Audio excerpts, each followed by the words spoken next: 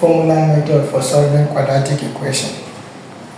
The formula for solving the quadratic equation ax squared plus bx plus c equal to 0 is as follows: x equal to minus b plus or minus the square root of b squared minus 4ac over 2a. We refer to this as the quadratic formula, what is normally called the almighty formula. So how do we use this formula? First, understand that the values a, b and c as contained in the formula here are obtained from the general form. So this is a, this is b, and this is c. Meaning if you are given any quadratic equation, first you need to compare the quadratic equation with the general form of a quadratic equation, and then you pick out the values of a, b and c to substitute into the formula. We are going to consider the first example, 2x squared plus 7x plus 6 equal to 0. If we compare this with the general form of a quadratic equation, we observe that a is equal to 2, b is equal to 7, and c is equal to 6. So let's write out the formula again. We have x equal to minus b plus or minus the square root of b squared minus 4ac over 2a. You see the formula is on the board here, but solving another question, I still repeated the formula. So if you're solving, at every point you should know that if you're solving a new question, you have to write the formula first before you substitute. Now let's substitute into this formula. We have x equal to minus, what's the value of b?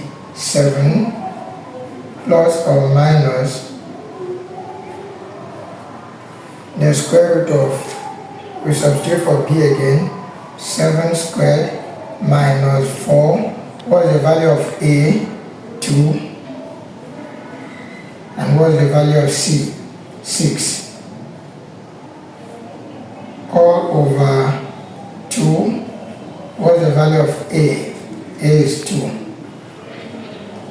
So let's simplify this. X is equal to minus 7 plus or minus the square root of 7 squared, 49, minus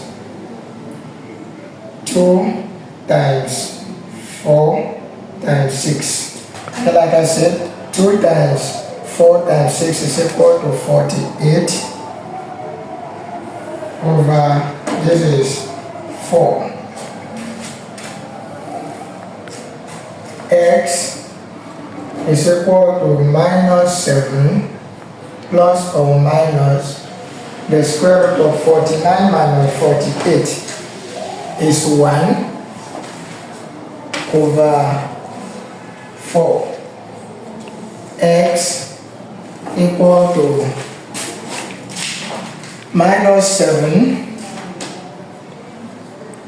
plus or minus the square root of 1 is 1 over 4.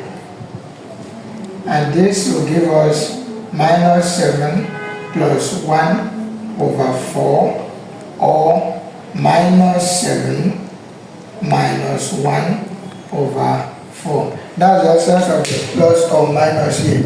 You have to break this into plus and minus.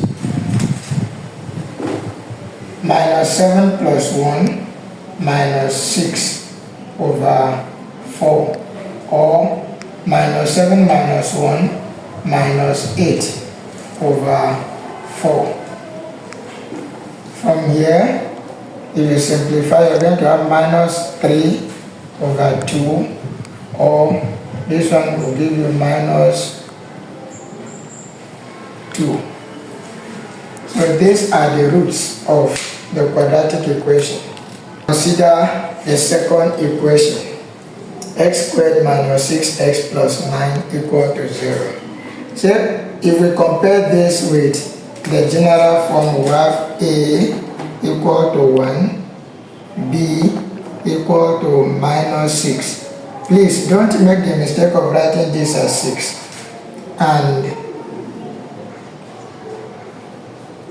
C equal to 9. Then we substitute into the formula minus B plus or minus the square root of B squared minus 4AC over 2A. We are going to have X equal to the minus here, we write it minus 6 plus or minus the square root of minus 6 squared minus 4. A is 1, C is 9 over 2 times A is 1. And if we simplify this, we are going to have X equal to minus here will give us plus or minus the square root of minus 6 squared is 36 minus 4 times 9 is 36 over 2 times 1 is 2. And this will give us X equal to 6 plus or minus 0. 36 minus 36 is 0. The square root of 36 is still 0 over 2. So this is simply X equal to 6 over 2. And X is equal to 3. You can add twice to it to indicate that this quadratic equation has a repeated root.